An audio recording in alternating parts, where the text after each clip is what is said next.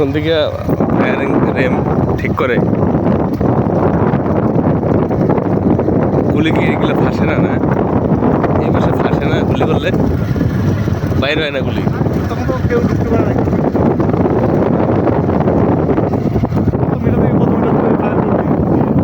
ও আচ্ছা আচ্ছা, কোনোটা 300 মিটার, কোনোটা 200 মিটার।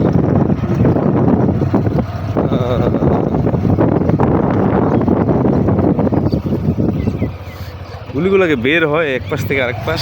এইগুলি এখন চলে আমি বুঝতে পারতে পারবো।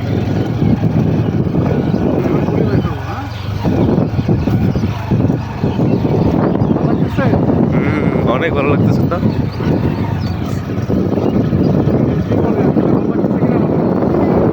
এই যে দেখো আজকে ফায়ারিং চলবে, আর পিছন পাশে কোনো লোকজন যাইতে দেয় না। আরো তো কিছু খোঁজার দরকার আছে। আসি ভাই,